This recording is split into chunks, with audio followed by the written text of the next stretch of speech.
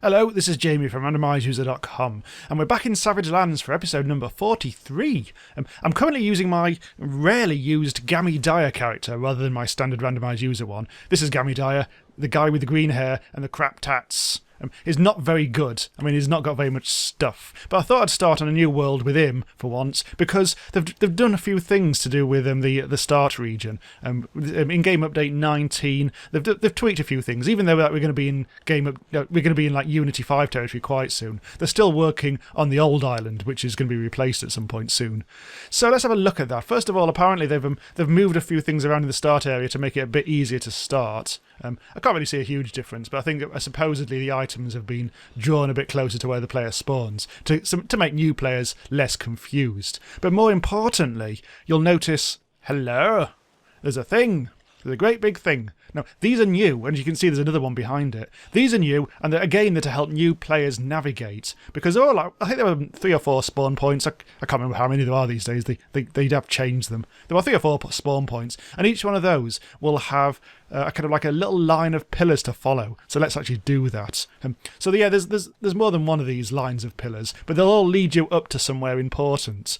Most of them, I think, will lead up to Argo, which is rather handy, because obviously that's the starting village, the most important one. But I know at least one of them kind of like takes you all the way to the Dragon Tower, past Argo.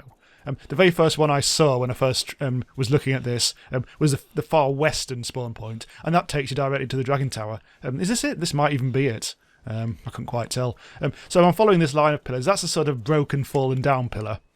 Yeah, look, you can run up it. There's one of these right in the north of the island, these little ramp things. But that's by the by.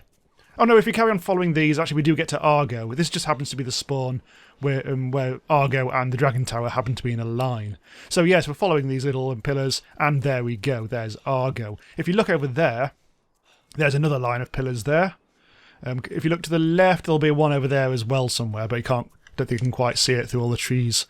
So we're coming up to Argo. Yeah, exciting times, lads. I've seen this village a few times. Right, yeah, so a few other changes. What we're going to do, this first episode, we're going to look at some of the more kind of like general changes and all the Argo area changes. And in the next episode, we're going to look at all the changes to the mobs. They've done a lot of things to the wolves, added a new mob and stuff like that. But for now, we'll camp outside, and we'll camp inside Argo for a while and discuss a few other things. First of all, hooray, you can run faster. I've actually run out of stamina, so I'll have to just rest for a while. But now, when you run, you do actually go a bit faster. Apparently it's 10% faster. And also, you're allowed to sprint a bit longer. So just wait for myself to get my breath back. And run!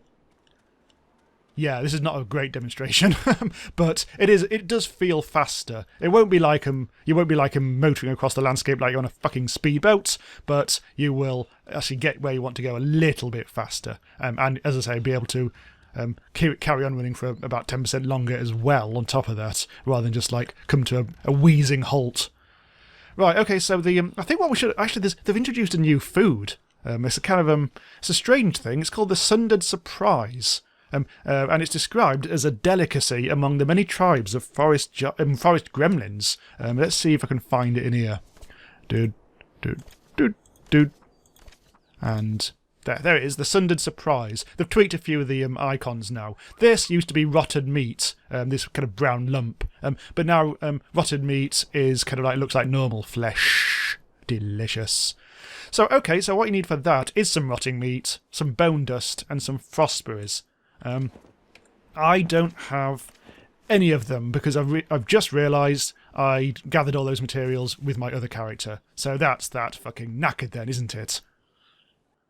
Right, I've switched over to my randomised user character on a different map, so I've got all the stuff that we require for the Sundered sausage. No, not the sausage, the surprise. In fact, there it is. There's the rotting meat, bone dust, and berries. So you do need a fire pit, so you go over to the fire pits and you cook some delicious Sundered Surprise. I'm not quite near enough. There we go. There we go. Now I can craft it. And boom! There it is. It's appeared in my inventory. Now, the Sundered Surprise has a few effects. It cures poison and gets your hunger back up. But at the moment, well, look, I'm perfectly content and not poisoned. So, let's try and actually poison myself. and then we can actually see the effects of the sundered sausage. No, not the sausage. I'm always going to call it the sausage. So, no. Right, okay, so let's eat some rotting meat, because I believe that can sometimes cause poison. Delicious. Nope, that's actually helps me out. Nope. It's completely random with it. Oh, oh, oh, ow. I've gone gammy. Yes, right, okay, so now I'm poisoned. So let's see if the Sundered Surprise actually cures me 100% of the time or just some of the time. Right, scan that. And I'm... Oh, it is. It's only sometimes. Okay, bollocks. Right, hang on. Let me go into here and pick up my other batch of Sundered Surprise that I made earlier, Blue Peter styly. Right, now let's try and cure myself. There we go. So it did actually take a couple, which is a bit of a nuisance. Okay, so apparently it gives you back, I think it's 30 hunger when you eat a Sundered Surprise, which is rather decent of it, as well as, I think, possibly increasing your health a little bit. But the main thing is it cures poison, so it's always good to keep a couple in your inventory. So as I said earlier, the Sundered Surprise is a delicacy among the many tribes of Forest Gremlins. So you'd think that a Forest Gremlin would actually drop it, and it turns out you're right, but inevitably not always. So I'll just see how many I have to kill of these before I get one. I'm using my Everwood Bludgeoner, which is a solid enough weapon. It swings very fast, but Forest Gremlins are actually tough, so it does take quite a while.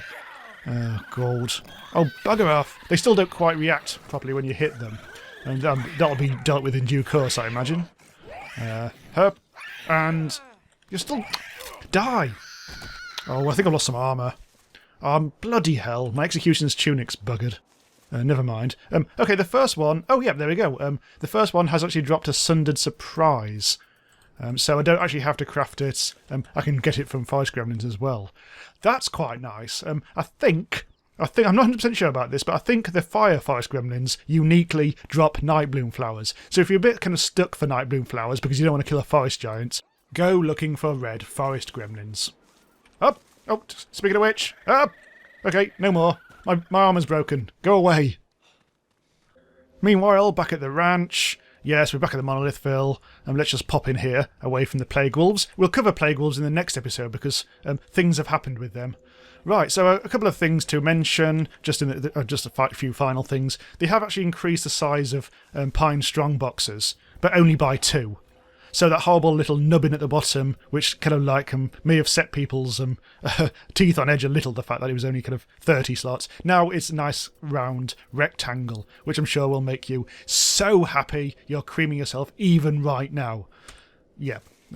Sorry, I've been recording for a while now. My head's gone funny. Anything else? Just a couple of other minor tweaks. Oh, that set them off. A couple of minor tweaks. They've increased the VOIP range a bit, and because players were complaining that they were trying to talk to someone really close by, they walked a few steps away and suddenly they couldn't hear each other with their bloody online chat and all that. So that's all very nice.